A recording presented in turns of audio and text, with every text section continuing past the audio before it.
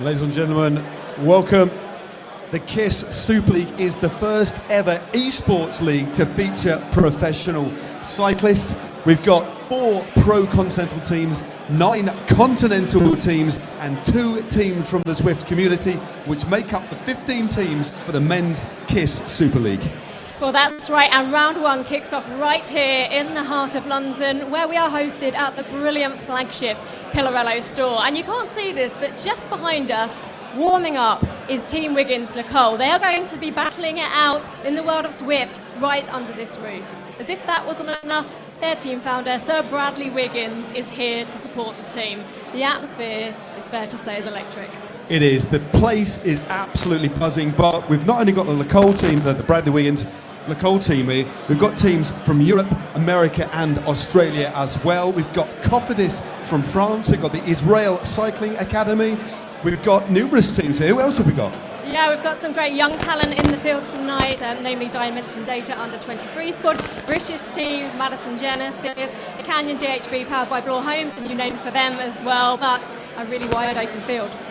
Yeah, now Zwift, the online gaming platform, has invited these 15 teams to participate in the inaugural KISS Super League. Now Zwift allows riders from all over the globe to ride and train in a very rich, 3-dimensional virtual world by simply connecting their existing devices, so a power meter or a smart trainer. Yeah, and what that virtual world has done is opened up such a versatile community, hasn't it, Matt? People can go on group rides, people of any fitness ability can really get involved in the online platform. But it's fair to say that integral to Zwift has been that racing community, and its partners and supporters like KISS that make things like tonight possible.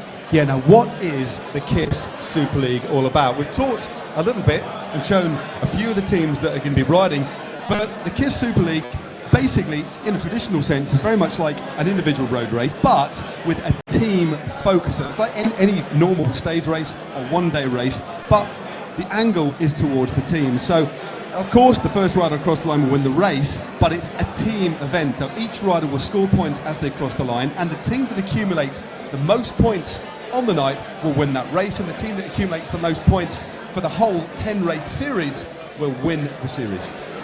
Yeah, it sounds straightforward, doesn't it? But there are so many dynamics at play, especially with that team element. Yeah, now it's going to be fascinating because many of the professional riders that have been riding in the KISS League haven't ever raced on Zwift at all, and it will be fascinating to see how they stack up, especially against the Zwift specialists from the Zwift community. We've got 2 Zwift teams, as we mentioned before, but with that in mind, Rebecca, how about going to have a chat with a couple of the lads from the Wiggins squad to see how they think they're going to play things tactically tonight and for the rest of the round? Yeah, certainly some underdogs in there from our Zwift community, but thank you, Matt. I'm going to run over here. I know they're busy getting team instructions and warming up. I'm going to see if I can jump in with Jacques and have a very quick word. You're very busy over here. First of all, when you were told you'd be racing in the virtual world of Zwift, what were your first thoughts? I was really excited actually because it's kind of the future of racing indoors really. So being part of it, it's quite just good fun getting involved really. So of course, plenty of experience out on the road racing. But what about the Zwift platform? How much do you use it yourself? Not so much. I prefer to get out on the road, but as a junior, I used it quite a lot.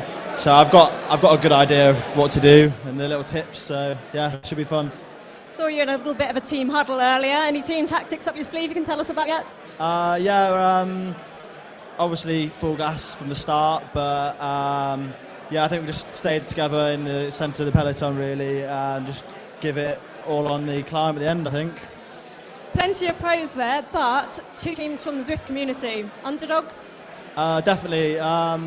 They've obviously ride on Zwift all the time, so they're going to know exactly what to do and when to do it. So I'd definitely give them, they've got a shout of winning. I'm going to leave you to focus and warm up. I'm going to run around to teammate Rob Scott just over here. Rob, looking very focused there. Tell us a bit about your experience of Zwift. I didn't hear you, sorry. Tell us, how much have you used the Zwift platform yourself? At the moment, not much. I'm quite new to it. I've been on it a couple of times just to sort of suss it all out, but yeah, at the moment looks quite exciting and it's really good for a rainy day. What competition have you got your eye on tonight? Ian Bibby. He's doing it at home though, so we'll see. And we were saying earlier, the team had such a great season last year. How's the feeling in the team on the back of a season like that? Yeah, no, really good year. Loads of riders within the team got like loads of real good results. So I think this year we'll just be looking to build on that and hope we have another really great year.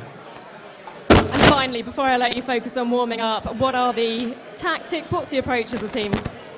Well, being quite new to it all, I'm not too sure, to be honest. I've been given quite a few heads up by a few people about Zwift racing, so I'll take them on board and give it my all. Thank you so much for your time, guys. I'm going to let you focus, warm up. Good luck, of course, with tonight's racing. But to hear a little bit more about what exactly is coming up from tonight's opening round, let's hand over to our lead commentator, Nathan Guerra. And he's joined by analyst Greg Leo. What's up, everybody? Nathan Guerra here, coming at you from Zwift Community Live headquarters to talk to you all about what the the KISS Super League is all about. There's going to be 10 races with one race commencing every week. The teams that are out here racing have to have their 8 best results counting toward the league points. There must be 4 riders from each team in each one of the races that they're going to be counting toward the finals. And the teams can consist of up to 8 riders each. Heart monitors are going to be required, obviously, for all of the riders to count their results. The points are going to be awarded for the riders as follows. First place is getting 25, second 20, third place 15, and then on down through 30th place there'll be points awarded. So people are going to be battling very, very hard to try and grab those top points. Riders' points will be accumulated into a team total as well, and this will be the winning team for the KISS Super League. Now, joining me today is going to be commentary and analysis. Joining me for the commentary and analysis is going to be Greg Leo in just a few moments here. But let's take a quick little look at the teams that we are going to have out on the KISS Super League. Of course, there's going to be along with us the Israel Cycling Academy joining us for the racing. Kofidis is jumping into the action as well.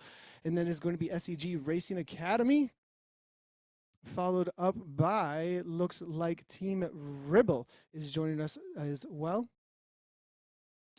PRSC, the Pro Racing Sunshine Coast. A lot of young bucks actually coming up from that team that I saw in the lead up. Wiggins, followed up by Team Dimension Data U23 is going to be out here. Canyon is showing up. Eisenberg, Huygens, Berman, Exion is jumping into the action, as you can see, as well as Madison Genesis.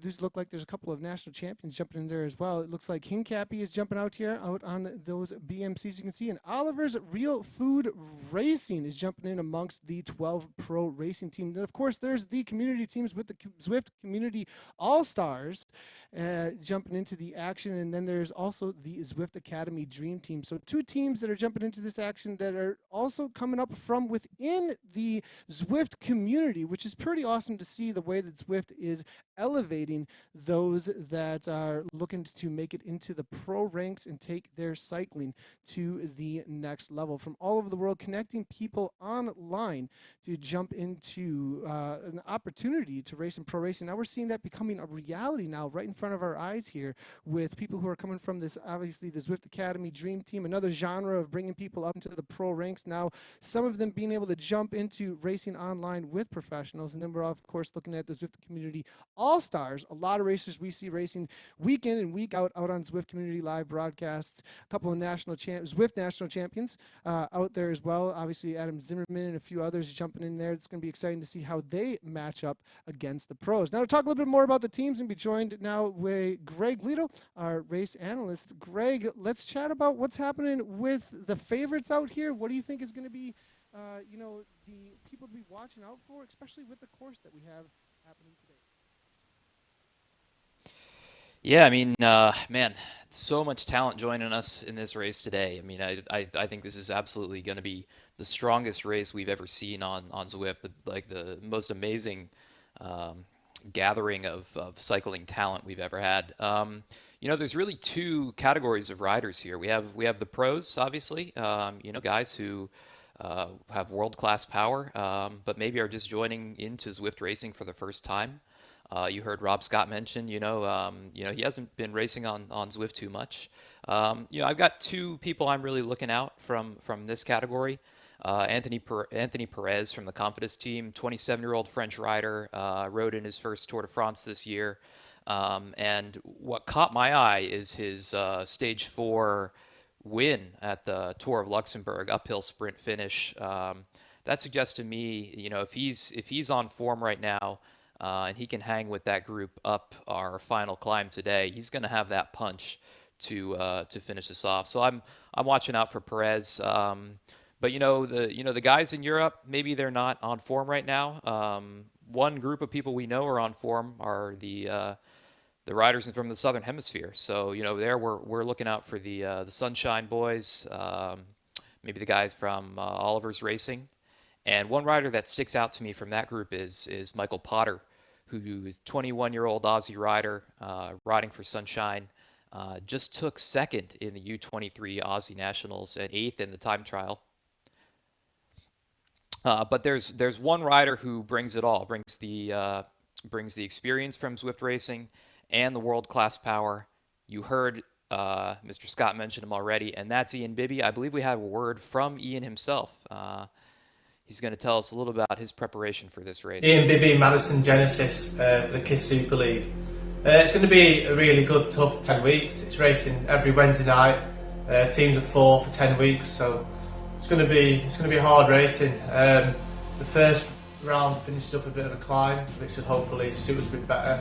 I think the sprinting will take a bit of getting used to for some of the lads who haven't ridden Zwift as much. It's going to be pretty interesting to see how the pros compare to some of the more experienced Zwift riders who are riding it week in, week out. Some of the all-stars and the academy lads, it's always tough when they turn up some of the races, so that'll be interesting to see. I've been preparing by riding quite a few of the Tour de Swift stages and trying to get a few races in here and there. I know some of the teammates have been doing the same, so hopefully we'll have a good start and some of the lads will pick it up more each week and we can have a good go at it. So yeah, it should be good.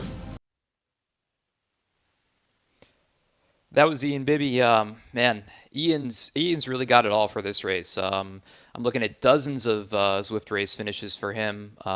His power profile is absolutely perfect for this race. Just a few days ago, he actually finished a race on this exact with this exact climb in it and posted up one of the best times that has ever been put up on Zwift for this final KOM. So with the experience and the power, he's on form. And I know he's got his team out there training. They're going to be working together. He's absolutely going to be a force. Madison Genesis is going to be absolutely the team to look out for in this one and the rest of the series. And now I believe Matt and Rebecca are sitting with some very important people. Who you guys got for us? Thanks, guys. Well, I'm down here joined out by Steve Cummings. You're no stranger to Zwift, but how did you first get onto the platform? How did you start using it? How did I first get on? Through a I think it was through the team. The team got in touch and said they had this new project they were looking at and wanted me to try. And I said, yeah, I'd love to try because when the weather's bad, I'm always looking for stimulus to keep me on the trainer for a little bit longer. And it's doing a lot of it as well, isn't it? So many people can access the sport through Zwift. Yeah, Zwift, it brings people together, much like a club ride, but you don't have to go outside in the bad weather and you can see your friends, not just from your local community, but also from much further afield, see your teammates in Norway or wherever, and yeah, it really brings different aspects of cycling. And you, I think it's fair to say, spent quite a lot of time on it when you were injured. How long were you on the indoor trainer for? Well, yeah, I had a bad injury and I had to have two surgeries and couldn't put any weight through the shoulder, so In total, I was crashing in April and was back on the road in sort of June, so May and most of June on riding on Zwift. So for that, it was great because I enjoyed riding Zwift, got really into it, got me fit, kept me motivated, and took away the monotony of just riding on a turbo trainer. It's fair to say it certainly worked. Now on to tonight's racing. What do you make of the fact that we're going to see all the pros lining up and your team as well, the under-23s, on the virtual world? Yeah, when I first went on, you didn't see so many pros, and now you go on, you see there's loads of pros on there, so it just shows how it's growing, really. And tell us a bit, I know you've had a look at tonight's course. How do you think it might play out for some of the teams tactically? Tactically, I think it's 45k, more or less, and then mostly on the flat, and then they go up the big climb. So I guess 3 of the guys are going to have to set the pace on the flat, with one guy maybe sat behind, and then they launch the guy as you would in the road, really, on the climb, and let him loose. And I wouldn't like to predict the winner. I don't know all the riders, but it'll be interesting. But we keep talking about those Zwift community riders, those 2 teams as the underdogs. What do you make of that? Because, of course, they've got a lot of experience on this platform. I think you need it. I think Zwift it's similar to the road, but also you need experience of Zwift, because in the end of the day, it's a game, it's a different thing, and I think maybe that experience will come into play, but it's just cycling's always the same. You have to be strong. So. Thank you so much for joining us tonight. Well, I think Matt is now joined by Zwift CEO Eric Min. Thank you very much, Rebecca. Looking nice and slim there still, Steve-O, mate, ahead of the season. Always good to see, pal. Anyway, I'm here with Eric Min, the man behind Zwift, the brainchild. Now, Eric, I'm excited. This is the inaugural KISS Super League.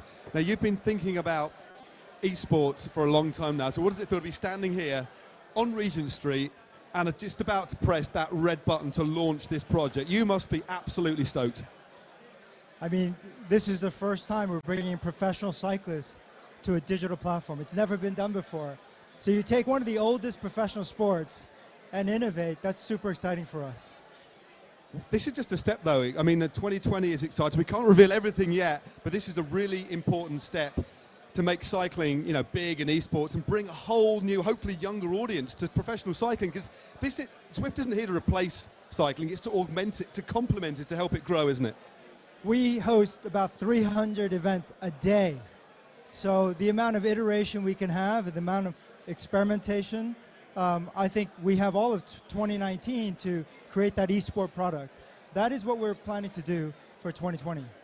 So where ultimately do you see in 3 or 4 years' time the Zwift how do you see the Zwift platform being used in professional cycling? Where would you like to see it in the future? Let's speak boldly here. Yeah, if I can imagine, and I do a lot of imagining, I can see a parallel universe of professional to elite racing, the Olympics, World Championships, why not the Tour de France? And I think there are opportunities for us to be integrated into the existing in real life events. I think it's exciting to be able to, fill an arena with 30 or 40,000 people. Why not? I think we need to reach out to a new audience to keep growing the sport. Now, back to the racing now. Do you do much actual racing on Zwift? I know you're on it all the time. I always get a lot of ride-ons when I'm on Zwift, but this is on Twitch. This is streaming on YouTube as well. The riders warming up in the pens will be listening to this stream. What tips have you got as the man behind Zwift for the riders in this race?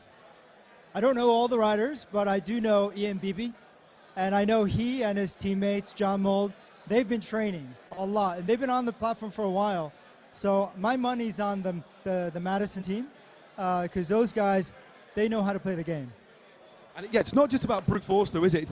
There's a lot of nuances to Zwift. There's the power-ups. There's making sure you draft. Because anybody watching this for the first time and thinking, hey, what is Zwift all about? It is. It's realistic cycling in a virtual world. You can sit on, you can freewheel on descents. There's so much to it. It's beautifully complicated in many ways.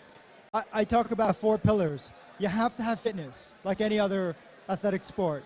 You need to have teamwork. You need to have strategy. And then, of course, you need to have skill, which only comes from experience. Well, there we go. It's time to sign off here from London. And do you know what? It's time to go fast.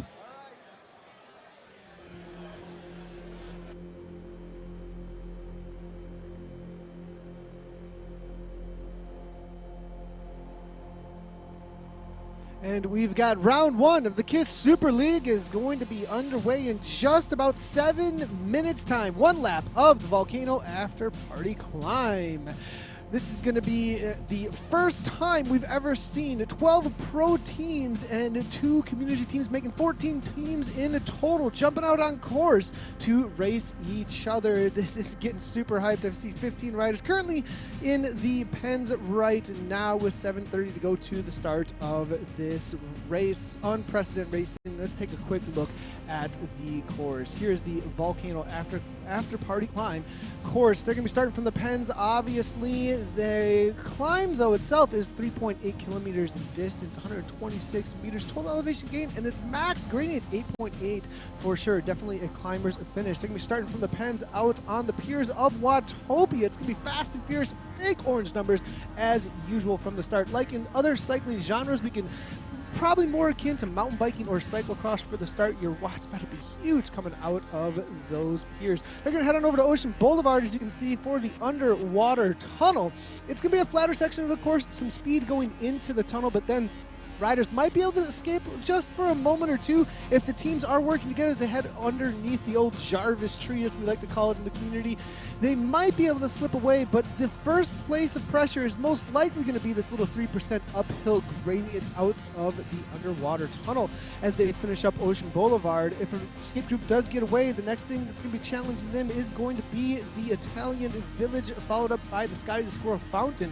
After the fountain, they take this left-hand turn down toward this old town ruins, and on that section there may be a little bit of escape as well. They'll be finishing up one lap here, as you can see, of the Volcano Flat. It'll be 2 laps total of that, actually, and then after 2 laps of that Volcano Flat, they head on over toward the climb itself with about a little over 5.5 minutes to 6 minutes of climbing, most likely for the winning time for the camo from the top. It'll be all about the teamwork leading into the climb and then sending the climbers up to the top to try and take that win in this first ever race, KISS Super League. Well, here we are at the broadcast headquarters for ZCL, getting ready for unprecedented racing that you just saw Matt and Eric talking about. Super excited to see how things are going to play out here. 5:27 to go to the start of the race. Riders are most likely out there getting warmed up for the race out there today. I believe I've got Mr. Greg Leo alongside here with me to chat a little bit about how things are going to be going for this race. You know, there's been a lot of chat, Greg, about Ian Bibby and, you know, how him being an absolute favorite. But at the same time, in the back of my mind, I'm sitting here going, you know, there's a lot of riders that we just haven't seen out on Zwift yet. And, you know, the experience plays a huge part. That's a name, obviously, that we know from winning lots and lots of Zwift races week in and week out on the Zwift Community Live broadcast. We've got a lot of races, obviously, that they've been a part of that are, you know, that were a part of some of the bigger live events that were going down in the past, but never in this situation, or 14 teams total. Some of these amazing all-stars that have come up, and Dream Team that have come up through Zwift. Greg, you know, is it like just a ton of hype around this experienced rider, and how much does that experience really play? I mean, you race a ton out on Zwift. Let the viewers know, how much is there a skill to the racing out on Zwift right now, Greg? I mean, it shouldn't be underestimated. Let's put it that way. I think there's going to be a lot of pro riders that are going to be very frustrated after their first race on Zwift today. You know, it's Zwift is a simulation of cycling racing, but there are kind of, let's say, some details about the way that the physics are simulated that you have to get used to. You have to get used to drafting properly. Exactly how much power do you need to stay in the pack or move through the pack? Like, what are the tactics for positioning? You know, what does it take to get away and stay away from the group? You know, these are all details you learn over a dozen plus races.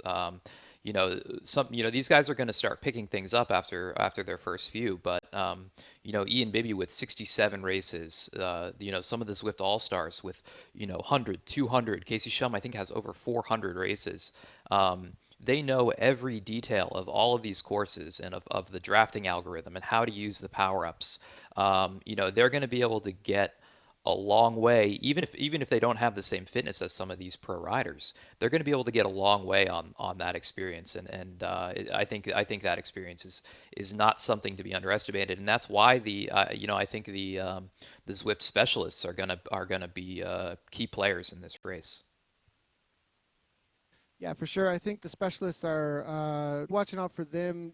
Riders that have earned national championship kits, Zwift national championship kits in game are definitely going to be wanting to show what they've got up against these riders. Watch out for those Zwift Academy Dream Team as well. A lot of experience there, obviously, with the riders. As you can see, 2:30 or so to go to the start of the race. Round 1 of this Super League is getting underway. Just 2 minutes to go. The riders are getting warmed up. They're going to be, obviously, I wonder about the collecting of power-ups. Greg, are power-ups allowed in this, and how does that work in game? I think that's something that some of the viewers would be wondering about, as there's a lot of different modes to the events and to the races that we can have. Well, a few different modes that we can have. Power-ups allowed, power-ups not allowed, double draft. What's the rules that are set up for these races? I believe this is a double draft race with power-ups allowed. So, this is going to be kind of like what the standard KISS races were for a while before they moved back to the standard drafting algorithm. The same rules that the Tour de Zwift uses. The power-ups are going to play a huge role in this, especially in the finish. So it's a hill climb finish. So we haven't talked too much about power-ups yet, but do you use the feather at the finish or do you use the helmet?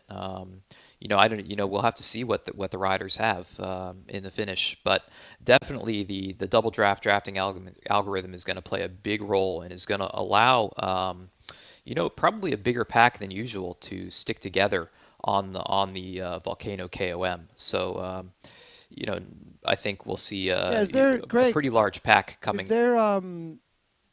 Is there a pretty big advantage then on the climb when it comes to the drafting in Zwift then? I mean, you still get an advantage just from the uphill situation there. Yeah, especially on this Volcano KOM climb. It's a very draftable climb. There's a flat section right in the middle of it. There's going to be a lot of draft there, and really the gradients on this climb aren't going to preclude drafting at all, especially with the double draft algorithm on, and at the speeds these riders are going to be going.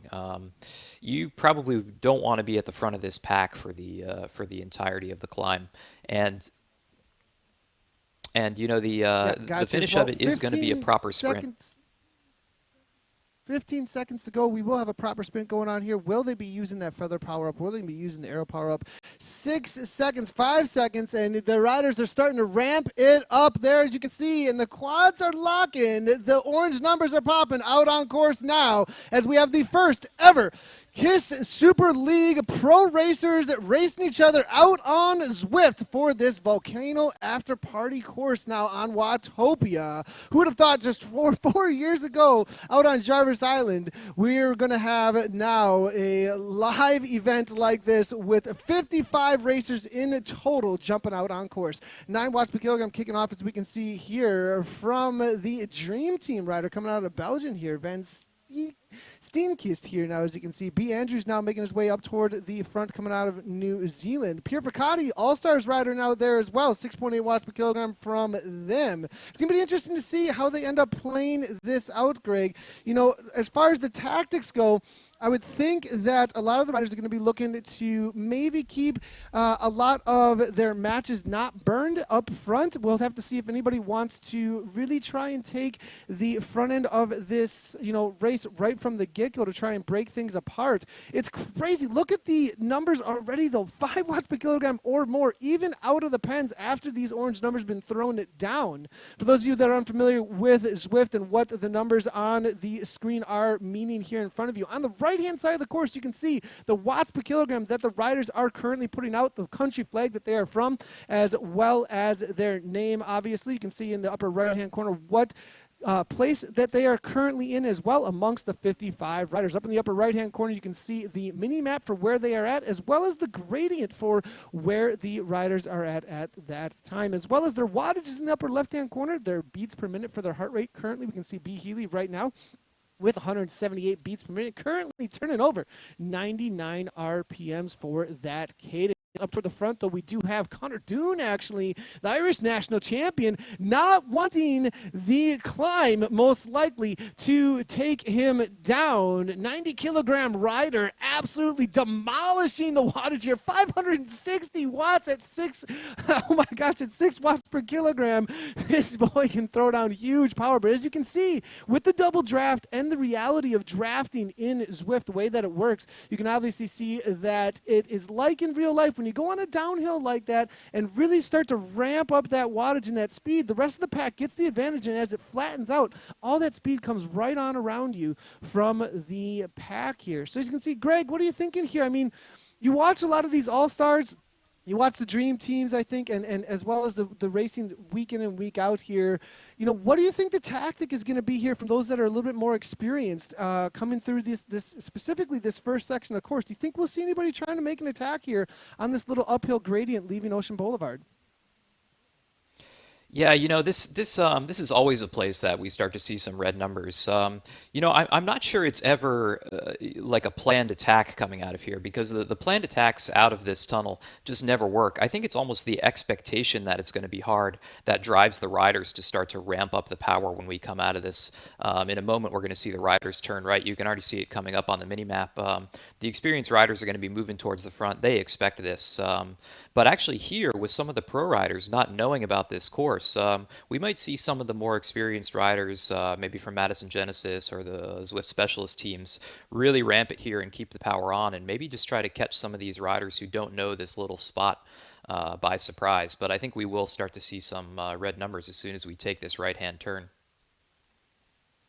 It'll be interesting to see, actually, with the pushback from the trainers that they will have on site, where they are either live from over in London, or, you know, all of them are going to most likely be on some sort of a smart trainer. Some of these riders, you know, that have a little less experience with these courses might feel that this is a moment to go here, and I wouldn't be surprised if some of the riders get caught off guard, perhaps. We're seeing Vujasson here now actually starting to kick. Christopher here from the Dream Team, we saw him racing, I believe it was last week out on the London course. He was definitely the threat from the Dream Team that showed up to go up against the All-Stars last week in the community race here. So Christopher here, 194 beats per minute, 467 watts, starting to get a little bit of a gap there. You can see a little split between a couple of the All-Stars. We got Vujasson here with Shum, one of the most experienced riders out on course, would be Casey Shum, now coming on through. It doesn't look like it's going much of anywhere just yet. Now, the reality, though, of this course being unfamiliar to some of the riders at home,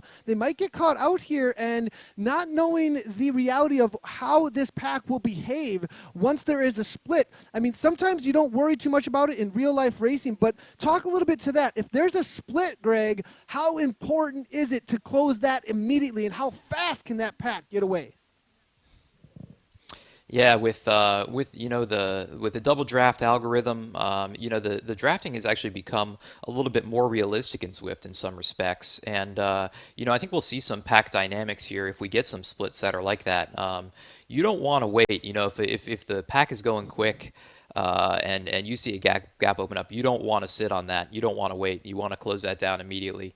And that's what's going to happen here. So you know, the riders who don't know that, you know, if they get caught out even a few meters behind a group moving this fast, you know, it can be lights out, or you're at least burning matches to try and get back in.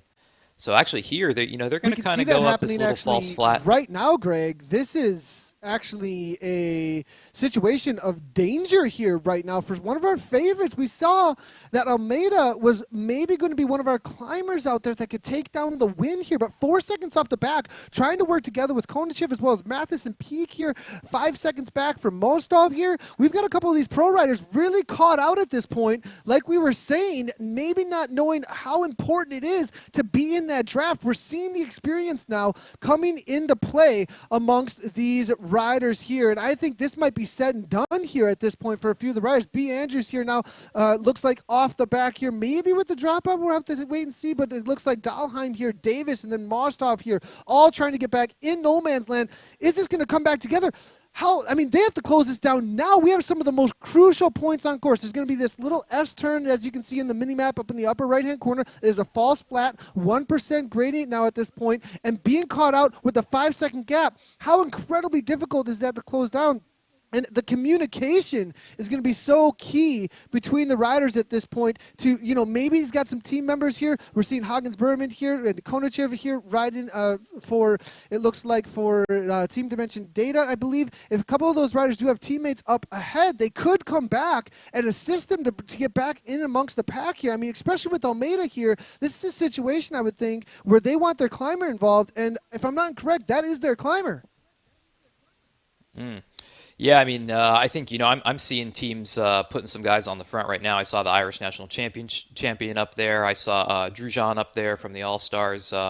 These riders know what's going on, and there's some people in that group back. They don't want returning, so they know what's up. There's a lot of riders caught back. Although it looks like maybe there's a little group that's pulling up on this front group, but they've definitely shed some of this peloton in that move, and I think we're going to keep seeing that happen. I mean, that was just the first place it can happen. We still have the 2 tiers coming up. Probably in a few more kilometers.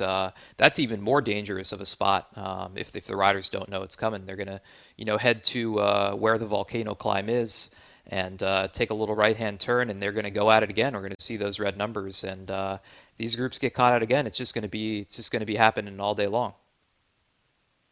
Yeah, there's definitely a gap opening up here, and Oliver Peckover, actually one of the Zwift Academy finalists here, is one of the instigators up toward the front, super experienced racer out on Zwift. And as you can see, the All-Stars and the Dream Team, having so much experience in the racing, have made their way into this front group, have not been dropped off, and now we've got, it looks like 33 riders that have made this lead group. Ian Bibby, Jay Mold, Mold is in here as well. Wolf is in there.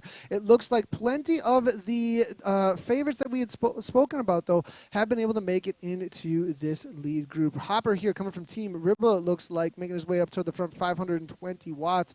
Currently, what are we at? Have you been watching as far as what kind of averages have we had to hold down up to this point out on course here? I wouldn't be surprised if it was 5.0 or plus. I haven't seen many of the riders actually below 5 watts per kilogram for the duration of the race so far, actually. Up toward the front, though, Dune, again, I think you were correct about this. Dune perhaps going to keep on driving this pace, being a rider that might want to get away early on and not leave it to the climb here. On the front, though, we do have Lavrik here now, actually the Zwift Academy finalist, who's jumped on to Team Dimension Data here, who won this year's Zwift Academy, and he's jumping into the race here for Team Dimension Data. He's going to be extremely experienced as well, and I think maybe a little bit of a puncher. Perhaps we'll have to wait and see if he's able to take down the W, or at least be in amongst the top 10 today. They're going to be hunting down these points. Again, it's not just about the win on the day. A lot of times when we are commentating the races out here, it's all about who's going to win on the day. But being a series of 10 races with your best 8 counting, it's really going to be about winning the overall as an individual, winning the overall as a team as well. So it's going to be about getting the best placing that you possibly can, as there's points awarded all the way down to, I think it is 30th place. So there's plenty of points to be awarded for the team. So everybody amongst this league group is going to be grabbing some points. You can see it's going to those live shots there. Lots of suffering going on there amongst the Wiggins, the Wiggins team there. As you can see, we make sure we can see whether or not these riders have made the lead group. I think a few of them have gotten dropped off here, though, as I'm not seeing all of those names hanging in and amongst the lead group at this point here. So, all right, we're about to take the right-hand turn, as you were saying, into the 2-tier here. How is the climbing tactics playing out here out on course? When it comes to this 2-tier, how are the ones that are experienced here trying to set themselves up for this climb? And what is a great tactic for that? I know fade climbing a lot of times works a lot, as well as how do they come at this to try and get an advantage, Greg? Yeah, you see him kind of taking the right here. I think the experienced riders probably moved to the front of the pack at this point. You see the red numbers going up. My usual tactic on these is I'm not going to try to split it up. I'm just going to try to save as much energy and hang with the pack here because what you want to avoid is breaking it up, but you also don't want to waste too much energy trying to break it up unless that's part of your team tactics. What I like to do is hit it a little hard at the base of that climb, which we saw some riders do. I believe this is what you were saying with fade climbing, and try to get ahead of the pack a little bit and then ease up, kind of fall through the pack and let them pull me along. At this point now they're hitting they took that left-hand turn, that hairpin. Now it eases up a little bit and then it'll kick up again. Oh no, now they're into the volcano itself. So it looks like they kind of all stay together. It's a little strung out. One thing I wanted to point out, you were asking about averages. I'm looking over at Zwift Power, the live results, and we're 10, 11 minutes into this, and I'm seeing over about 40 riders who have already averaged 5 watts per kilogram or higher. And the standout for me here is Connor Dune has averaged almost 500 watts. No, he's averaged 500 watts for the first 11 minutes of this race. I mean, that is, that blows my mind. It's no surprise that this is blowing up quickly, and I think we're going to see one of the fastest times ever on this course, especially if he keeps driving the pace on the front like that. Yeah, and it looks like he's definitely driving the pace to not allow some of these riders to get back involved in here. I wonder if the Israel Cycling Academy has made all 4 of the riders into the front group. If you could check on that for us here, Greg, that'd be awesome. But as you can see, it is going to be a few riders off the back here that are trying to get back to this front group. Sykes is here, as well as Sheriff's Ribble. Team Ribble is up in here for with Sea Sheriffs here as well, and it looks like it's about 9 seconds. They've been working so incredibly hard to try and get back on terms with these riders up front, but it's just not happening just yet. They're trying so incredibly hard here, but it looks like with the time going back out to 12 seconds. It's a race of meters. It was within 5 seconds at one point. Jacques here, Suvinyaga here, trying to get back on terms with the front here. We saw him working there at the live event there over in London, just unable to close it down at 180 beats per minute, getting absolutely the workout of his life, racing for those points out on Zwift. But the last place now there will be one place left over, it looks like, to try and grab some points, as Scott has fallen off here. Our Scott has fallen off here. Rob Scott, 4th in the Elite British National Road Race, actually. 5th in the U23 British TT, actually. And it looks like Scott is trying to close this on down, but Rob is just, it looks like with 15 seconds, he's going to go back to his teammate and maybe work together with them. Sykes here now, it looks like, working together with Sheriffs and Jacques here as well. We'll see if they can jump back in to the group with Scott here and try and work together to close things back down now. Off the back again, Coleman here out of Belgium now. Wolf there now, 5.1 watts per kilogram, though sitting on just a little bit. And it looks like the All-Stars and the Dream Team all within these 29 riders. So there is going to be 4 points off the back here that one rider could grab still out on course. So we'll see how that's going to play out. Working our way back a little bit here, a few of the riders that have fallen off. Potter here along with Andrews now. Anna Meskel here trying to get back on terms with Davis, and it looks like Dahlheim here. It's going to be Jay Tipper as well, 5.1 watts per kilogram, working for, from Team River here, trying to hold off a few of these riders, or at least work for a few of these riders to close down and maybe come back to a group up ahead here. But we're back in with Hopper here off the front. It looks like absolutely demolishing 6.5 watts per kilogram. An attack actually coming through, or actually trying to get back on terms with the group here, as it looks like C Swift here now. 5.3 watts per kilogram now sitting in the group. So Hopper here, it looked like was off the back just a little bit and trying to get back on terms. It looks like a couple of riders here just getting caught out left and right here. Maybe not quite understanding, where the draft is at different times out on course. So 29 riders left to go. Any favorites that you can see at all, Greg, that have been, dropped off and like, oh man, we really thought that rider was going to be able to be a part of the final climb here? Anybody that's been caught out in this first lap? We're on to the second lap of Volcano Flat. We're going to be doing 2 laps of the Volcano Flat, followed up by the climb up to the top of the volcano. So, Greg, anybody caught up at this point that you're like, man, that was somebody that I really thought was going to have, an advantage in the climb, that it just maybe caught out by the skill set that's needed to race in the gameplay out on Zwift? Mm-hmm. Yeah, I'm looking at Perez. He's in here. All of the guys who I think have the power to win, but maybe we're lacking in some of the experience in Zwift are in here now. Whether they've burned some more matches than they needed to stay in this group, we're not going to find out till we hit that climb. So, even if they're not off the back, they might have been struggling from some of these moves. Connor Dune really just demolishing this race so far.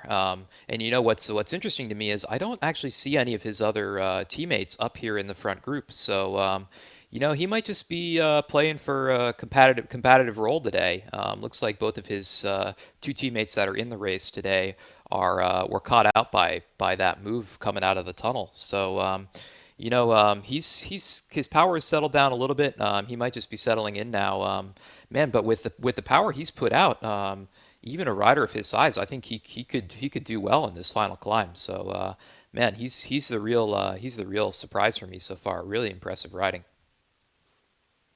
It'll be interesting to see, actually, from what you're saying there about how we usually judge the cycling genres, who's going to be able to take the W's, based on body types. A lot of times, out on Zwift, there is some favorite. I want to talk a little bit about who's favored and why, and how it works as far as, what's watts per kilogram, pure power. A lot of those who are out there that are like into the numbers and all that, and who's going to be able to take the W's in this new cycling genre. I know a lot of times we do see the lighter riders, watts per kilogram favorites at times, but then at other times just pure power takes down the W. You want to speak a little bit to that about, why you would say that perhaps Dune could take this down, although being a 90 kilogram rider, on a climb like this, it's about 5 to 6 minutes. What's that, the reality of this new racing genre that is here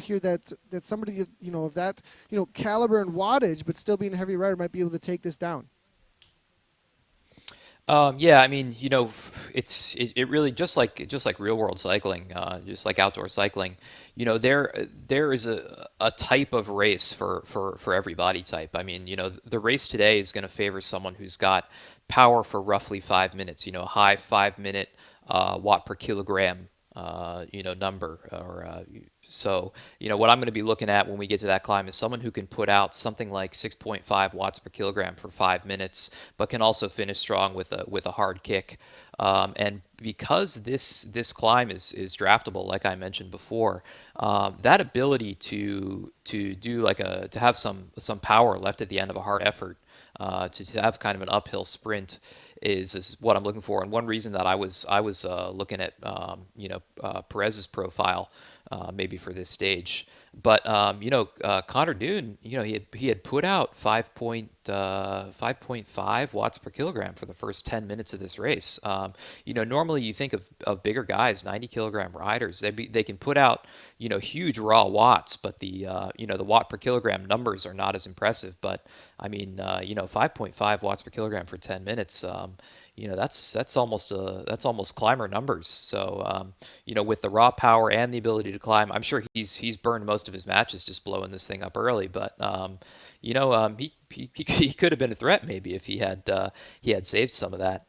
I'm still seeing all of the all-stars in here, and one person I think has the absolute ideal physiology for this final climb is Lionel Vujasin. He's a rider who has a lot of experience on Zwift, has won a bunch of big live races, $10,000 prize purse in a live race. He's a 3-time cyclocross champion of the Wallonia region of Belgium. And his 5-minute power is absolutely world class, and he knows this final climb too. So I think the all stars are probably working for him today. So if we see him in the race, the only thing I would worry about with Vujasin is he gets let's say he's always eager to attack. So if he can keep himself in the pack today and conserve his energy for that final climb, I think he's going to be right at the front end of it. Yeah, for sure. We do see, obviously the All-Stars super amazing experience, and then speaking to the reality of them being able to show what they've got against these pros. But the pros here off the front a little bit here, Mold, Madison Genesis here has actually, I believe, been able to place all of their riders, if I'm not mistaken, at least 3 of their riders. I believe it's going to be 4 of their riders, though, still in amongst here. So Zwift is in there, Bibby's in there. I'm seeing Mold as well. And if there's one more in here that's been able to make it, try and pull up those riders for me, Greg, but it looks like here it is going to be Madison Genesis amongst the pro teams that's been able to place themselves in this lead group. So solid efforts there from them. Mold was attacking off the front along with Connor. They were trying to throw down some huge numbers to make things happen there. 175 beats per minute, as you can see, coming from them currently. But as we go through the riders here, one of the cool things about racing out on Zwift is we do get these stats, we do get these numbers here to see where people are at. And one thing I've noticed here is Ian Bibby has not really pushed his heart rate up and over the top of 160 very often so far. I think Bibby here knows where this race is going to be won, and he has been keeping those matches unburned throughout the race so far. But Dune here, as you were saying here, continually up and over that 170. We'll see if too many matches have been burned from him actually today. If Austin Hill here, as you were saying, 173 beats per minute, where does he max out? Because that's a pretty high heart rate here still. And regardless of how strong the All-Stars are with their tactics, are they going to be strong enough in their fitness, though, up against the likes of a pro rider here? I mean, that's 15 beats higher than we're seeing from Bibby. And I believe they're fairly similar in build as well as physiology when it comes to max heart rates here. So are the All-Stars just going to be outpowered here by the pro riders out on course? I mean, there's been attacks left and right. They're not slowing down. I mean, they just continue to push off the front over and over again. Madison Genesis, we're seeing them pushing off the front, obviously with the Israel Cycling Academy there, with Dune off the front continually there. A couple of other of these pros have been pushing this pace, and it looks like the All-Stars as well as the Dream Team have kind of just been sitting in and watching, playing it smart as I would be too, knowing the kind of firepower that's up in here. I mean, if you're looking through these heart rates, it looks like some of these All-Stars and Dream Team might be on the back foot a little bit here, just trying to hang on to the raw power of these pros. Yeah, Nathan, I'm looking at Vujasin's profile over on Zwift Power. It looks like he maxes out at 195. And now Ian Bibby, actually kind of regretting something I said to him once. So, he doesn't really find the heart rate monitor very comfortable. And I told him, you're a pro. Don't worry about it too much. Like, no one's worried about necessarily seeing your heart rate in a race. And now I'm kind of regretting that because I would like to know what his max heart rate is. But so not too much data on him. Let me go back a little further in the history and see if we have anything on his max heart rate here. No, nothing. So, a little bit of a shy heart over on Ian by Bibby. We're not going to know what his heart is capable of at this point. But heart rate can be deceiving. Some people beat low. Bibby might be struggling right now. We just don't know. But in my experience with Bibby, he's probably very comfortable right now, sitting at 2.8 watts in the pack, 2.8 watts per kilogram in the pack. He's definitely saving his energy for the end. And if you look at his cadence, 100 RPM, he's just spinning. He's keeping his legs fresh. He'll be ready for sure. You were saying, as far as all the Madison Genesis in there, the 3 riders we did see in there was going to be Bibby. Mold was in there as well, it looks like, as Zwift. But then Moses, we did miss him. So it looks like all 4 of the Madison Genesis riders have been able to make this front group along with the All-Stars. Looking through here, I do believe I see 3 green jerseys in there as well, so all of the Dream Team has made it. Looks like a couple of Confidence riders have jumped into the group there as well, so I believe there's only 2 of them, but then it is going to be the, I believe Canyon Iceberg has been able to jump in here as well, and they're actually pretty experienced, the Iceberg team. They're I believe have been racing out on Zwift. At least 3 of them have jumped into this group and made the lead pack. So it's amazing. I was thinking with double draft being involved, Greg, that it was going to be a much more compact, Grupo Compacto. But look at what we've turned out with here. It's definitely turned into a situation where the experience of racing out on Zwift matters. It matters hugely here. As we do see now, here come those orange numbers, and this is one of the sections out on course where Connor Dune could make something happen from the Israel Cycling Academy here. And this is what he wants, being somebody who might not be as much of a climber as some of the other riders here, throwing down that 10 watts per kilogram, 800 watts continually, 120 RPMs. But Christopher here from the Zwift Academy Dream Team throwing down an aero power up. This is serious attack here. That aero power up reduces the draft on the rider, reduces the pull on the rider, the headwind on the rider, and they're able to travel so much faster. That was a real attack, actually, and they've been able to whittle down the group every lap, and here it goes again. Masato here from Dimension Data for Quebec here off the back. Tuesday's there as well, coming out of France, unable to close it down here. Robinson's now falling off as well. Only less than 20 riders left. If they don't close this down now, it looks like they might be able to do so, but Perez now, you were saying from Cofidis, another rider that we thought was going to be a favorite. I mean, these riders are just non-stop throwing down big numbers and dropping people off who are some of the top pros. Some of these top pros jumping in here, unable to hang on, finding out what Zwift racing is really all about, Greg. I mean, this is absolutely crazy how we've seen them just dropping like flies. And I mean, we've got to be seeing in the averages here up into 5.5 watts per kilogram, I think, for some of these riders just to hang on. They might be getting one of the best, not just workouts, but races of their life here, full on. I mean, there's only going to be a half a lap to go. The climb is coming up here, and we're down to less than 20 riders in here, Greg. This has been absolutely amazing, hasn't it?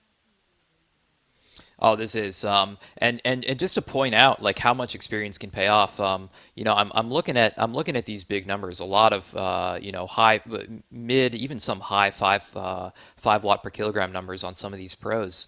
But then you look at Casey Shum, who's right up here in the front. 400 plus races on Zwift. He's only averaged 4.6 watts per kilogram, and he's not a huge rider. What is he? Probably 65 kilograms or something like that.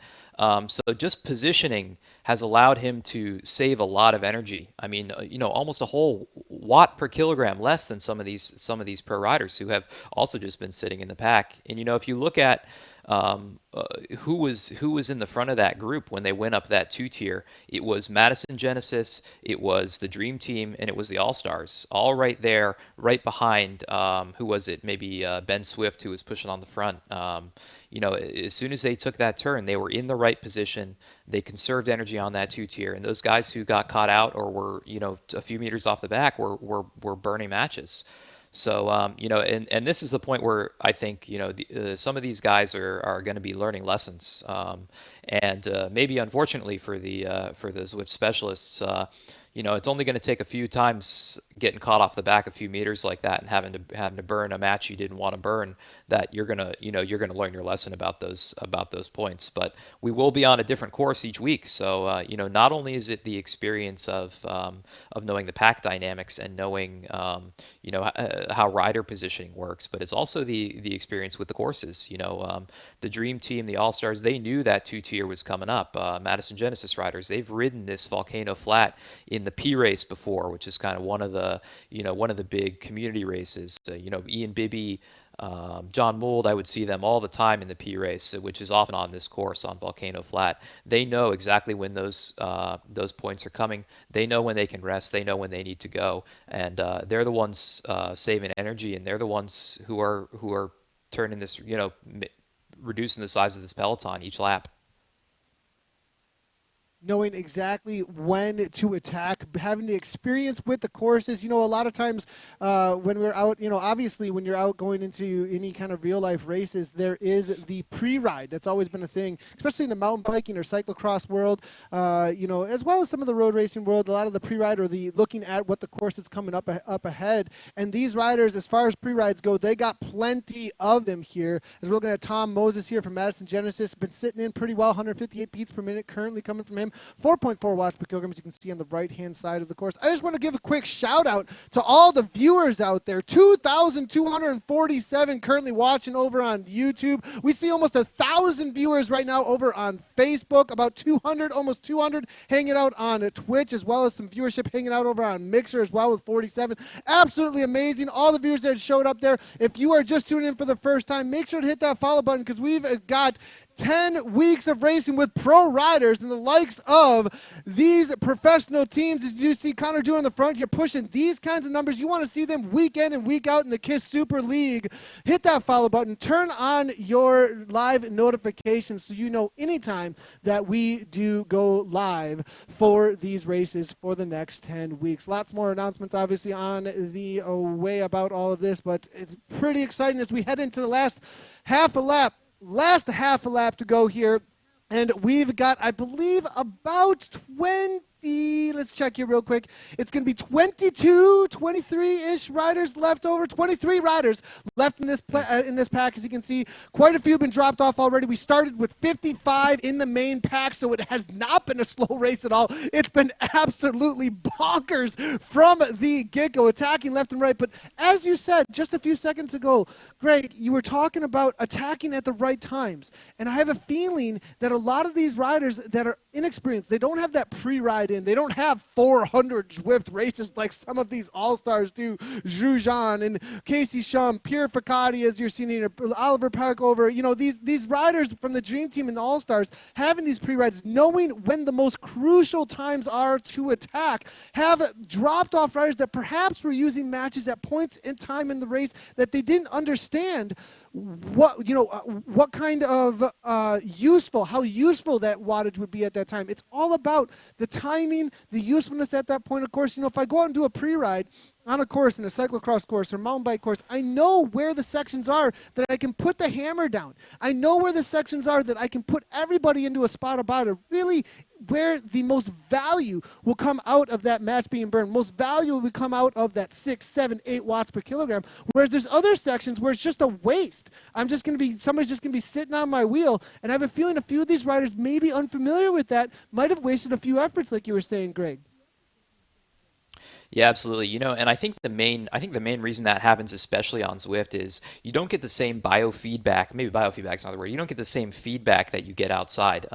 You know, all these riders are experienced in racing outdoors, and they know what it feels like to be in a situation where it's a good time to attack, where it's going to be a productive time to attack. But when you're on Zwift, you don't really feel the elevation changes as much, right? You might have your trainer set to change the resistance a little bit, but you're not feeling the wind in your face, you know? And these are things you have to internalize in racing on Zwift, right? Like the experienced riders know while they're riding when the productive times to attack are. And it's not because they can necessarily, you know, feel it as they're going, but they just know from experience, this is the time on this course where I can make a productive attack. This is the time I need to sit in because an attack here is just going to be pulled back immediately. You know, and even riders like Lionel Vujasin, you know, under the new drafting algorithm, riders are having to relearn some of this stuff as well. So the algorithm has changed a little bit. And, you know, I was in a race with Lionel Vujasin, and he attacked over the top of Box Hill, which is on the London course,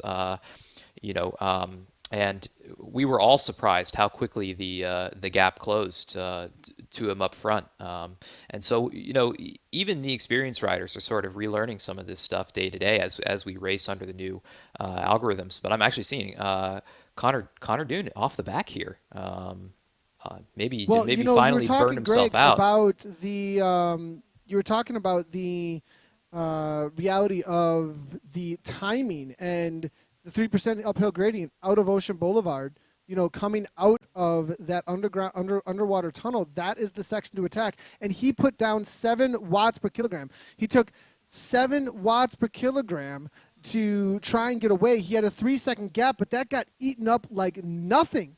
That was, you know, as soon as they hit that uphill gradient. So absolutely the timing there, and because he's obviously got the power and he's doing everything he can, 6 watts per kilogram, to get back on terms with this race. But I'm not sure it's going to happen here. 7 seconds out, he's going to have 7 to 8 watts per kilogram to get back on terms. 46 kilometers per hour we're currently seeing coming from him, but the pack traveling along here at 49 here, and at the back of this pack here, you got to throw down 5 watts per kilogram just to hang on right now. At the front, currently, we're seeing Hopper from Team Ribble throwing down 7 watts per kilogram. Here's 11 from Richardson. Richardson off the front now, as you can see, Cannon Iceberg going 8 watts per kilogram, 165 beats per minute, not wanting to climb finish. He wants to make sure that this ends up being just a couple off the front here and have an advantage, perhaps enough to climb away from the rest of these riders that might have a better climbing legs, or perhaps just start with an advantage out there today.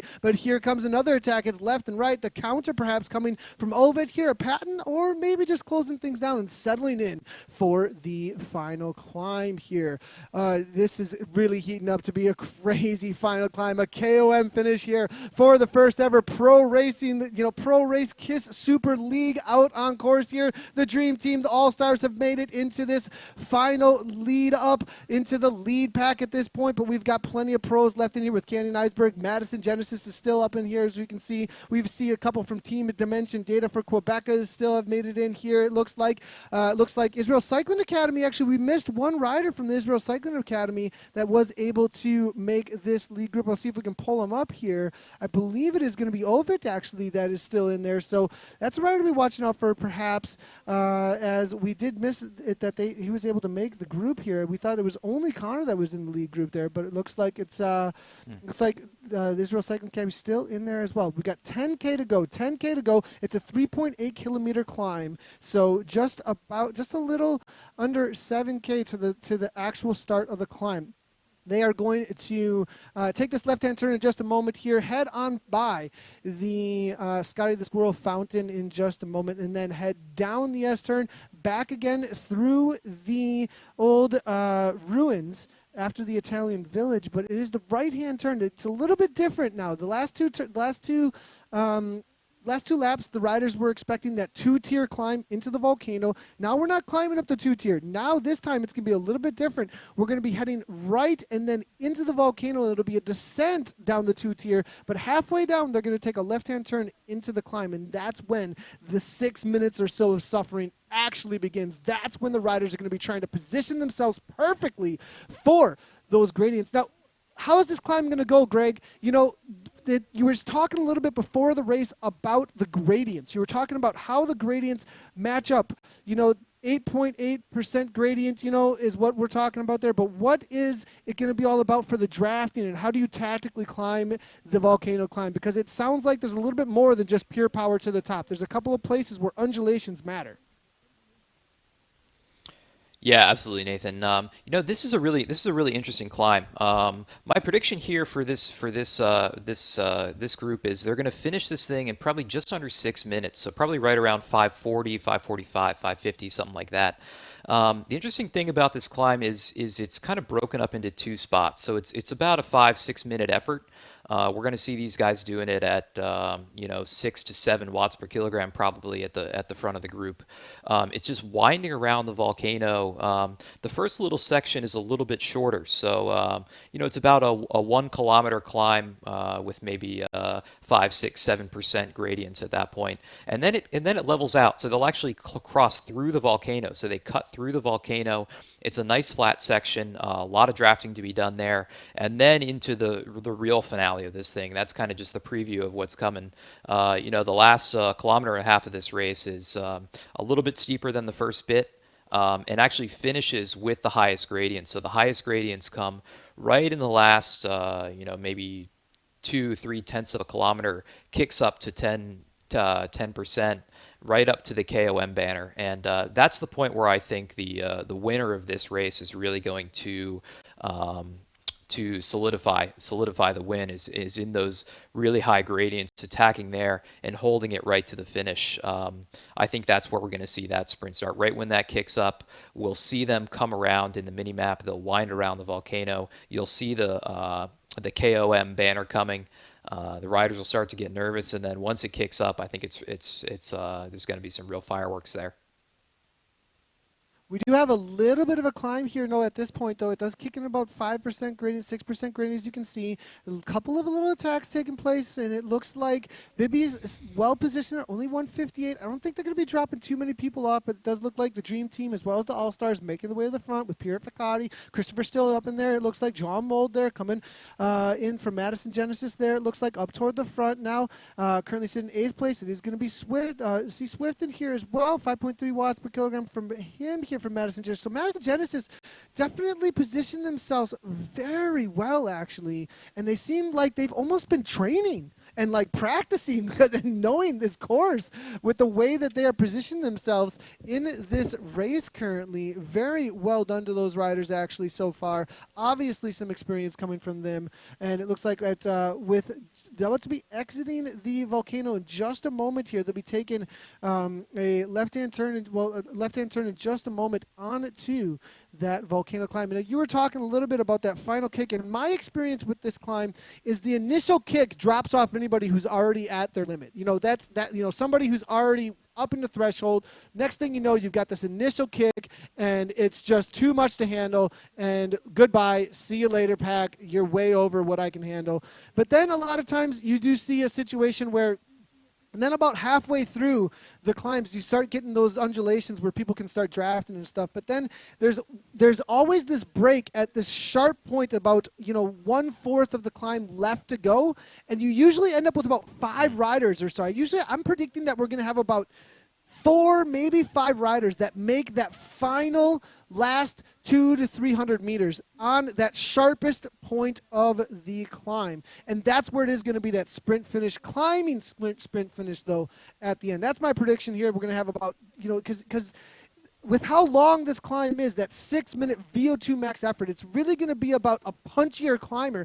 And that's how you usually see it in real life, too. And that's kind of a testament, too, about, there is a genre of cycling here with the skill set, but when it comes down to it as well, when it comes to the energy, the exercise systems, those who are favored in the racing and certain kinds of climbing, you still have the reality that it's a punchy climb, it's about a 6-minute climb, and you're most likely going to see those who have a VO2 max that is really, really high for 6 minutes going to come and emerge from amongst of this 20 or so pack of riders here and really show who's the cream of the crop when it comes to a punchy climber out on course. So is there anybody here that you're really seeing? I mean, we was talking to Ian Bibby, okay, we were talking about the favorites when we had 55 riders left, but right now we have whittled this down at this point. And a couple of the riders that we saw that were favorites have been dropped off at this point. Perez is no longer in there. Almeida is no longer in there, as we were saying earlier. They got dropped off earlier. We were saying that perhaps one of the bigger riders might be able to make something happen, but we are seeing Lionel's still in here. Anybody from the Dream Team? Who from Madison Genesis that we're going to be, who's going to be the ones that are going to be able to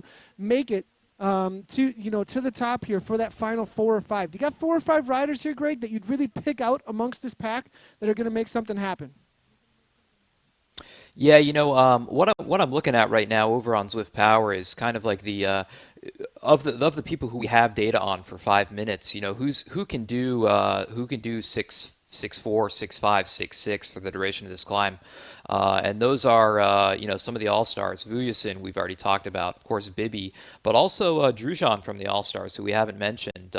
He's a larger rider, but he can throw down for 5 minutes, and he's got an excellent sprint finish. So I think he's going to be right up there with Vujasin.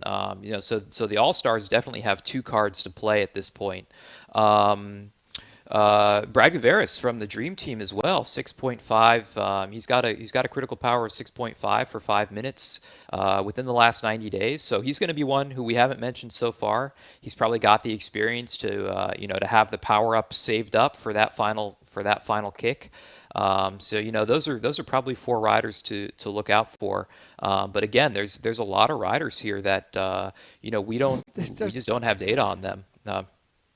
Yeah, there's just, like you're saying, Greg, there's just so many unknowns. There's just so many unknowns. Who, is going to come out of the woodwork here? Not the woodwork of pro racing, but the woodwork of Zwift racing. There's a reality that, these guys have crazy amounts of power from real life, and we've probably got all kinds of people in the chats making all kinds of, predictions from what their experience is of watching these riders in real life racing. Who do you think, chat? Let's see it right now. Facebook, YouTube, Mixer, Twitch. Let us know, who do you think is going to take the W here? We'll be watching chat for your predictions here as well. But making his way to the front, it was Stedman there, but Stedman now fading back, and we were seeing some very early power-ups, actually, from these riders. Now, one thing to speak about here for sure is the All-Stars. I mean, what kind of pressure is on right now? They're racing against full-on professional teams at this point, and to take the W out here on this climb,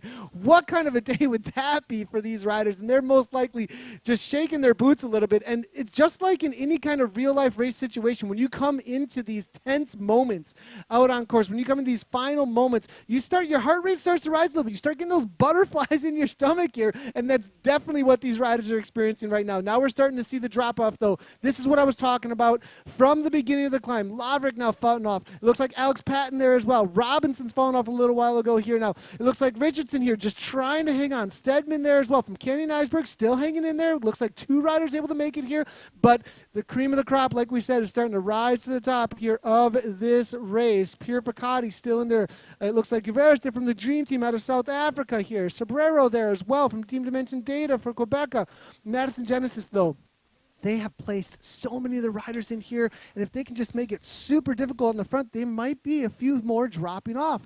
This is those sections you talk about, though, Greg, where it starts to get the undulations. You can get a little bit of reprieve. They're going to head back in the volcano here, about halfway up the climb, I believe, at this point, and it's just a 3-kilometer climb here, so I believe we're at the 41 kilometers, I believe, is going to be around the finish, so definitely not a lot of landscape left to try and take the W here for the first ever KISS Super League Pro Racing out on Zwift right now. When we're talking about the points here, it's 25 points to the first rider, 20 points to second, and 15 to third, 12 points to fourth, and 10 points to fifth. And then from there, it's 1 point down all the way. They lose 1 point each place down to about 10th, and then it really drops off from 11th through 30th. So it's going to be an all-out battle, especially for those top 3 points for 25, 20, and 15 in this 10-race series. Now kicking off to the front again, it's going to be Pierre Picotti.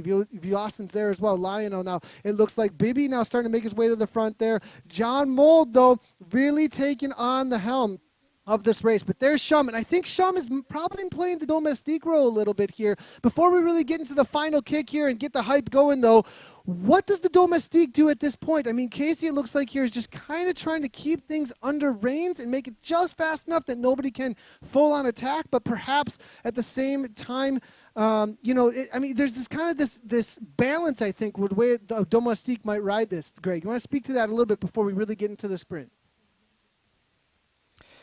Yeah, it's tough. Domestiquing on a climb like this is kind of tough. Especially for a guy like Vujasin who's so punchy. It looks like what they're doing is Casey's just trying to keep the pack under control. This has actually been a really tame climb so far up here. I'm not seeing a lot of red numbers. I'm not really seeing anyone go off the front.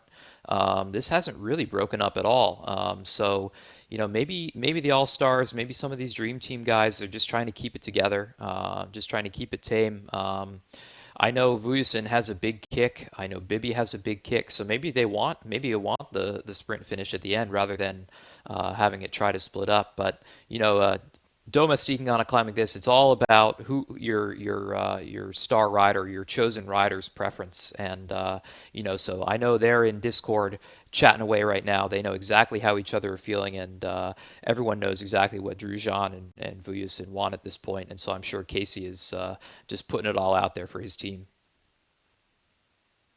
Yeah, for sure. And they are in a Discord channel. There is team radio. Like, there is a full-on team radio available for all of these teams. We'll have to wait and see who did take advantage of that on the day here. But they will be communicating about who's going to attack when and where. Kenny and Iceberg, again, with Stedman on the front. As you can see here, 6.2 watts per kilogram currently coming from them. It looks like this is absolutely killing it. Max Stedman now really starting to kill it here. 54-kilogram rider here, but we're getting into the pointy end of the race here. Here comes now Team Moses, now 17 watts per kilogram almost. Moses, though, going. This is it. The final climb coming up into 4% now, and it looks like Moses is going to take it. It looks like he's got the gap just about. You can hear the team radio now, but it's Bibby coming through Canyon Iceberg with Ian Bibby. Ian Bibby looks like it's going to take the first ever KISS Super League Pro race. Ian Bibby makes it happen. The predictions were right. Bibby for the win, followed up by Zhujan and Pierre Fracati, I believe, for third, and Sobrero, but that's not the officials. Look at that. Ian Bibby proves why he's got that pro card under his name, but the All-Stars there timing things just right. And Pierre Fracati out of Canada coming through for second place. But look, did you see all of the Madison Genesis team coming through there? The Madison Genesis team perfectly set up, it looked like, for Ian Bibby. We saw Moses come through first. Then it was Bibby, the second one, with that arrow power-up, really bringing that speed through there. I mean, what an amazing attack there from that team. We're jumping back in, it looks like, into a race through our group ride. You can do group rides out on Zwift. Go ahead and jump on into those, as you can see there. But we do have a quick little, we are going to throw into a replay there, I believe, of the finish here. Absolutely amazing job there from the riders here. There it is from Moses' attack there. Absolutely killing it, as you can see, up into those 13 watts per kilogram plus there, and what an amazing attack there from from the Madison Genesis team. But there goes Bibby there. Bibby showing why he's got the uphill sprint, demolishing it, and taking down that W. We'll go ahead and speed it up just a little bit here. Who was the next person to come through, though? It was Pierre Fracati with the last second attack, and two All-Stars there, taking down those last two spots. Drujan and Pierre Fracati. I think it was actually Drujan there coming through in second there. What an amazing result there all around for the riders there. So absolutely killer. It looks like we're going to have results here in just a second, actually, as it was, as you can see, Bibby's, the replay there paused up, and just a second here before we actually are able to bring in the results for the riders now. And for some reason I do not have them. We'll see if I can bring them on in here. And it looks like excuse me, sorry guys, sorry about that. So it looks like Ian Bibby there with a gap of 0.56 to Matthew Drujan, then Justin Pierre Fracati, 0.76 back. So those two All-Stars there, absolutely amazing. Mateo Sobrero, though, for Dimension Data, they're obviously coming through about 1 second back for fourth. Tom Moses, John Mold, look at that. That Madison Genesis, Connor Swift too. I mean, as far as the teams that are going to be battling it out here right now, what it looks like, it's going to be Dimension Data for Quebeca, the Dream Team's up in there as well, but Madison Genesis and the All-Stars team, they most definitely have put themselves on the map now for the team overall for the points, because they have grabbed themselves quite a few points in the top 10. Dream Team up in there with Oliver Peckover, though, Lino Vidasan, obviously, so amazing. So, Greg, what a race. You know, we predicted that there would be a situation where the riders would, we predicted a situation where the pro riders might not be able to, tactically and skill-wise with racing out on Zwift, the genre of racing out on Zwift, they might not be able to actually hang on because of how they were going to be able to work with the gameplay and maybe not be able to understand what times to go when and where. Greg, how did you see that race play out? Let's get it. What is your take on what went down there? And as you said, Bibby, most experience, most power, ended up playing out. The numbers were right up front, Greg. Yeah, I think a few things played into the hands of the Madison Genesis and the All-Stars there. One was they know when that sprint is coming and they know what it's like. So they were conserving their energy during the climb for that moment, and they knew when to go. who was it? Was it Zwift that went off the front? I mean, all those guys were expecting a move right when Zwift went. The riders who don't, who haven't raced on this course before, who aren't racing in Zwift, weren't expecting that. And so I think Zwift kind of caught some of those riders back who might have had the power to finish that race near the front. But maybe got caught off by his move. That was an excellent move by Madison Genesis, and placing all of their 4 riders in the top 7. Zwift All Stars placing all of their 4 riders in the top 12. So I think positioning, timing, knowing the personality of these courses in the race played a lot into the hands of the experienced riders today.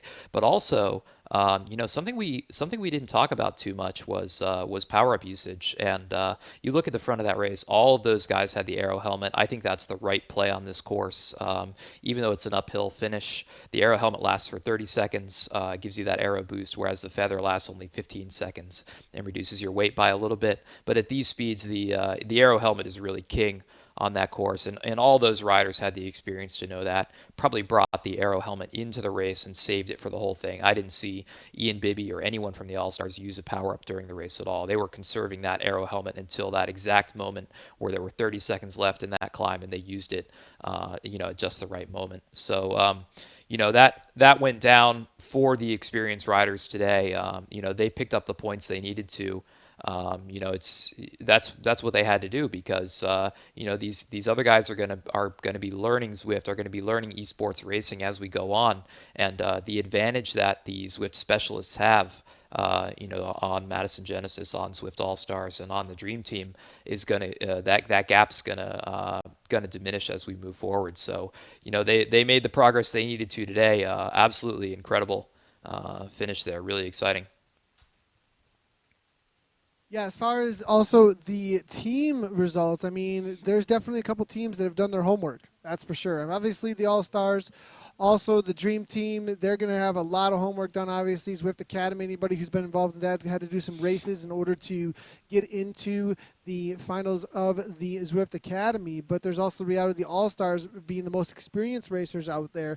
They had done their homework. But it's obvious also that there's a few other teams, pro teams, that we saw interacting with Zwift. They did some events with Zwift, and obviously having that experience. We saw the Canyon Iceberg team up in there. We saw the Madison Genesis obviously taking the win down with Bibby, but they had all 4 of their riders there in the front. The Team Dimension data for Quebeca, that's a very familiar pro team name with Zwift as well. Having that relationship, it looks like, as well as the riders riding out on Zwift, having the experience out on Zwift, obviously has paid off for them to show up. If you want to say that there isn't any skill set, there isn't any kind of need to know the gameplay, and this isn't a racing genre of itself, and it's just power, it's just throwing down power. Well, if it was just throwing down power, the pro riders that have the power would have been up there in the lead group. But no, the experienced riders, the ones who knew how to race the program, ended up showing up and throwing down, obviously, to take the W, or at least be in that top 10. I think a few of these pro teams might be going to be going back to do a little bit of homework, a little bit of studying, perhaps, and get that in when class comes back in the section next week, Greg. Oh, absolutely. Yeah. I mean, if you look at, I'm looking at the KOM times and power output just for the KOM there, and basically all of the top 15, 16 guys have very similar power output, in the low 6s. Ian Bibby and Connor Swift from Madison Genesis are standouts at 6.4. I mean, so they were kind of overpowering this climb as well as positioning well. But with very similar amount of power output, you see very different results for these riders because they knew when to go. And actually, 5:52 was Ian Bibby's time on this, so. That's almost as low as he's ever done it. Probably the lower pace at the bottom of the climb, no one was really attacking. Slowed them down a little bit, but still, anything under six minutes on this climb is absolutely brutal. And even to be in the top 15 in this race, you had to put out 6 watts per kilogram for 6 minutes up that climb after already, dealing with Connor Dune's absolute wattage bomb for the first 20 minutes of this race just to hang in there. So, absolutely brutal. I'm I'm excited to see what's in store for us in the rest of these courses.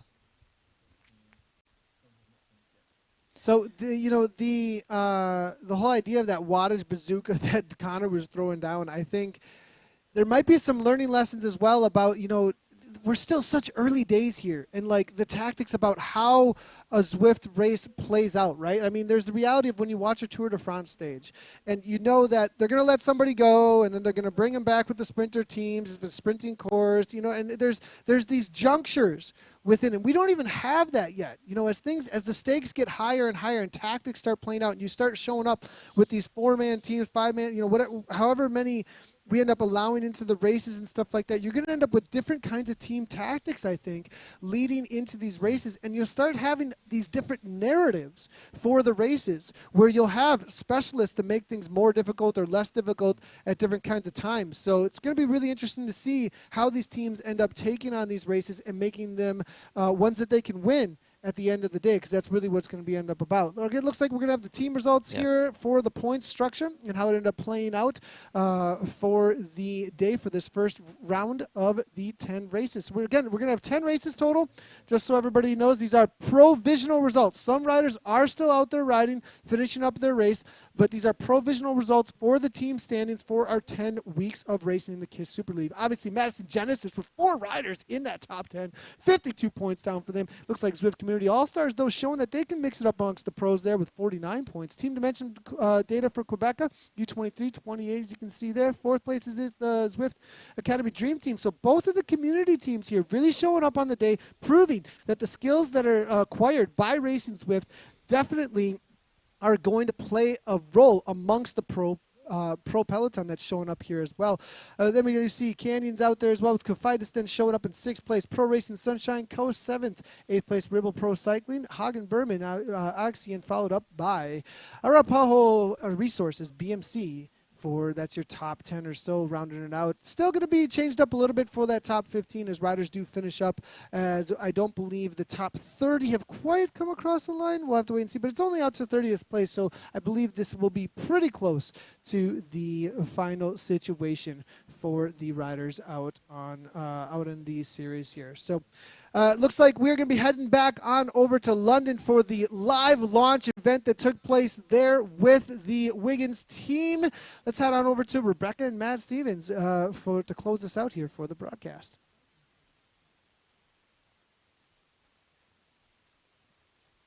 Looks absolutely brutal. Talk us through it. Yeah, it was just so hard. Like from the start, we were going above. I think I held about over 400 watts for at least 5-10 minutes, and then it started to lull, and my legs just weren't there. I normally can do a bit more than that, but I think some of them guys need a bit of a weigh-in, to be honest. Is there any point that you're looking at your teammates, or is it just looking at that power data the whole time? Well, I think there's a bit of an in-house competition between us all, so so I was looking at them guys, but I was just mostly concentrating on sticking mid-pack all the way. Well, we were absolutely impressed here. I'm going to hand back to Nathan now in the commentary box.